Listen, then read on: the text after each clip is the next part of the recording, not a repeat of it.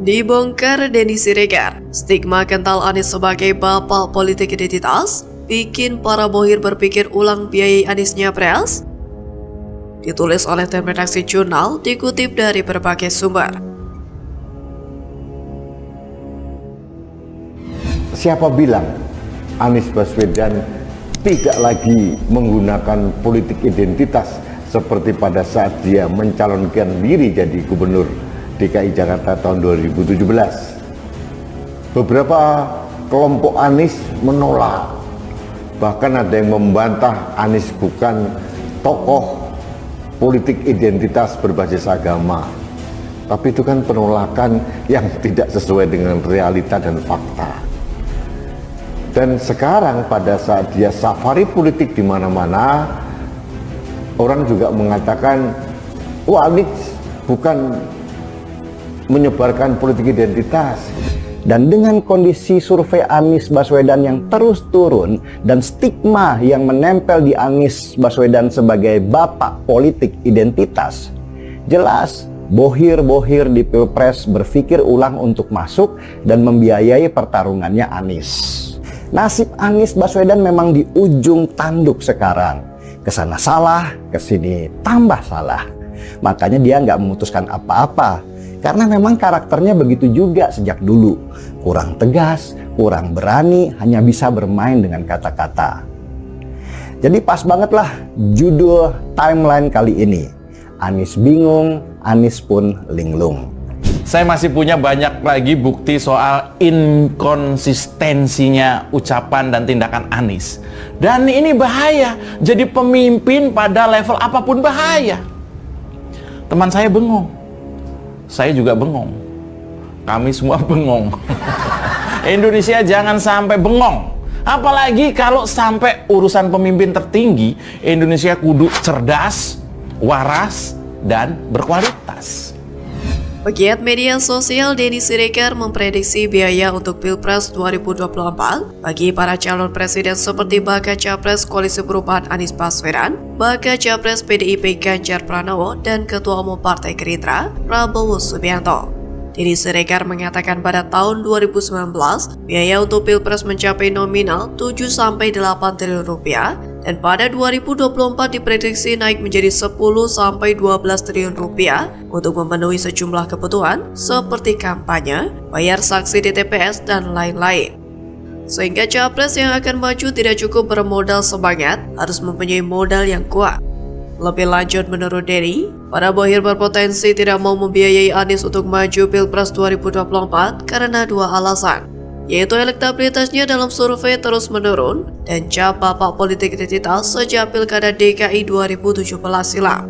Hal ini jelas, bohir-bohir di Pilpres 2024 akan berpikir ulang untuk masuk dan membiayai pertarungan Anies. Contoh saja Yusuf Kala atau JK, salah satu bohir Anies dan juga mentor Anies ini secara terang-terangan tidak akan mendukung Anies Baswedan di Pilpres 2024. Dari awal, memang sudah banyak penolakan terhadap Anies yang tidak sebanyak yang terjadi pada Pak Jokowi waktu itu. Sikap anti terhadap Pak Jokowi justru banyak dilakukan di masa kampanye, bahkan hingga sekarang. Penerimaan terhadap Pak Jokowi juga lebih umum, sementara Anies lebih tersegmentasi, yang mana hal tersebut tentu akan membatasi pergerakan Anies melangkah ke depan. Nah, agaknya itulah yang patut dipertimbangkan oleh para bohir-bohir Anies termasuk JK. Bahwa mendukung Anies belum sudah dihadapkan pada penghalang besar. Potensi Anies sudah mentok, tidak punya cukup isu sebagai modal setahun ke depan demi memantapkan dirinya. Belum lagi ampas dari politik identitas lalu, serta juga dari peta persebaran yang diperkirakan sebagai daerah penerima Anies. Misalnya di Pulau Jawa, Anies hanya kuat di sebagian bagian barat, sementara seperti diketahui Jawa adalah kunci. Di luar Jawa palingan di sebagian Pulau Sumatera, sebagian Kalimantan dan Sulawesi, bagian timur Indonesia berat untuk menerima Anies. Jika para bohir ini hengkang dan tidak lagi mendukung Anies, kemungkinan besar Anies akan gagal menjadi capres. Karena duit Anies gak bakal cukup untuk memenuhi biaya pemilu 2024 nanti yang ditaksir mencapai 10 triliun rupiah. Tentu saja gerakan khilafah dan politik identitas memang akan gencar dilakukan relawan Anies dalam Pilpres 2024. Sikap waspada gerakan khilafah dan strategi politik identitas harus dilakukan karena relawan Anies sudah bergerak di Lampung. Ken Setiawan ingatkan waspada khilafah dan politik identitas. Karena di Lampung, relawan Anies gencar mengajak pilih Anies dengan janji berdirinya sistem khilafah di Indonesia. Peristiwa Pilkada DKI 2017 tentu akan terulang kembali. Dari masjid seruan pilih Anies akan dilakukan, termasuk mendiskreditkan rival politik. Tanpa sikap tegas Dewan Masjid Indonesia atau DMI, bukan mustahil strategi kemenangan Pilkada DKI akan ditiru dalam Pilpres 2024. Relawan Anies Baswedan sendiri, seperti Ormas Bang Japar atau Kebangkitan Jawara dan pengacara, juga sudah bertekad akan merebut kekuasaan dan usir anti-khilafah dari Indonesia. Relawan Anies Bang Japar bertekad merebut kekuasaan dan usir para anti-khilafah. Relawan Anies Bang Japar pun yakin kemerdekaan RI dari Allah, karena itu khilafah harus berdiri. Bahkan Ketua Umum Ormas Bang Japar, relawan Anies adalah Fahira Fahmi Idris, anggota DPD Putri politikus Golkar dan mantan Menteri Perindustrian era SBY, Fahmi Idris. Ormas Bang Japar atau Kebangkitan Jawara dan pengacara karena suami Fahira adalah Adwin Rahadian, seorang pengacara yang dikenal dekat dengan para Jawara Banten dan Betawi. Jadi wajar jika para bohir ini pada mundur mendukung dan membiayai Anies karena polarisasinya yang tinggi dan tingkat menangnya sangat rendah. Jika sudah begini, bisa jadi Anies gagal menjadi capres di 2024. Jadi, bagaimana menurut Anda?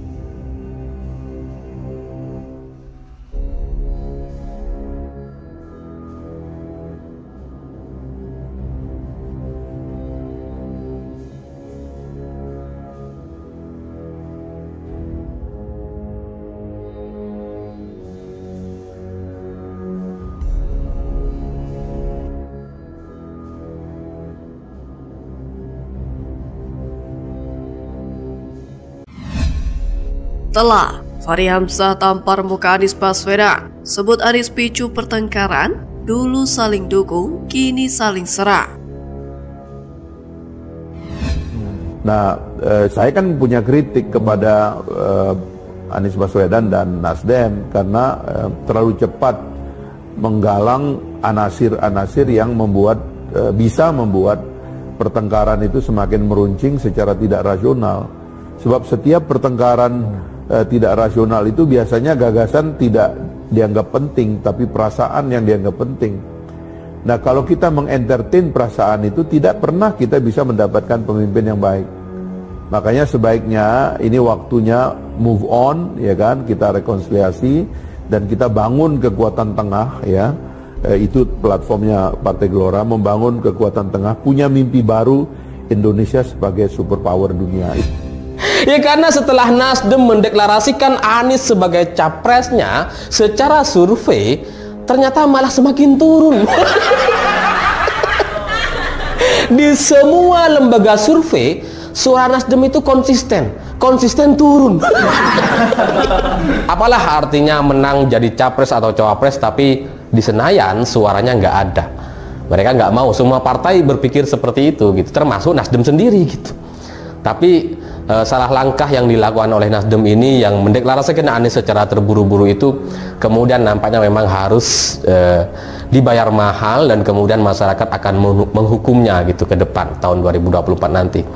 Sehingga ya kita belajar dari kejadian ini bahwa dalam politik sebuah pilihan, sebuah jalan yang kita pilih harus konsisten, jelas, tegak lurus dan tidak bermain dua kaki karena tidak semua pihak mampu untuk bermain dua kaki. Dalam situasi polarisasi yang sangat tajam sekarang ini, siapapun nggak bisa main abu-abu.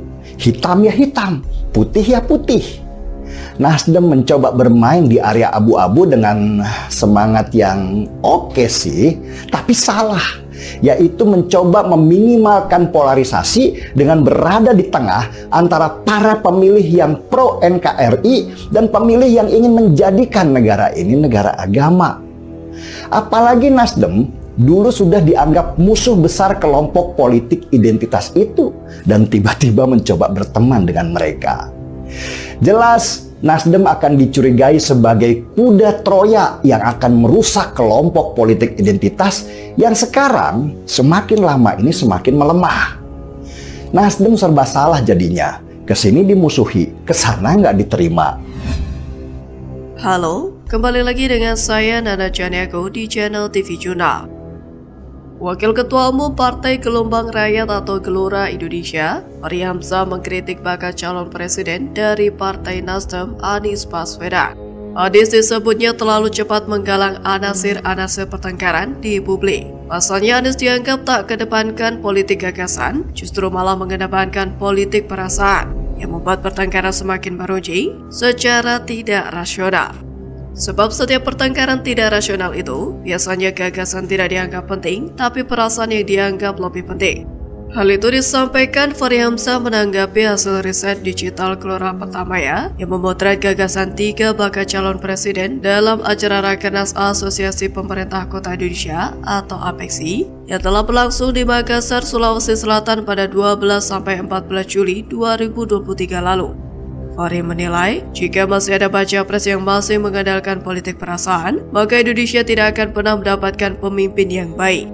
Menurutnya dengan rekonsiliasi dan politik jalan tengah ini, maka membuat Indonesia kuat di masa akan datang, karena semuanya bersatu membangun Indonesia.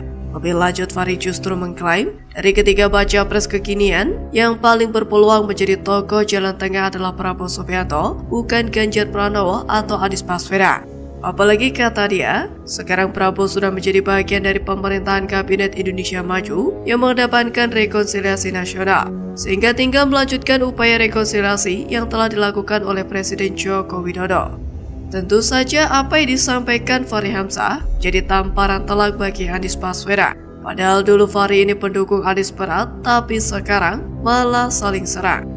Memang tidak ada kinerja yang diperlihatkan oleh Anies Baswedan, hanya bisa membuat kegaduhan untuk menaikkan citranya saja.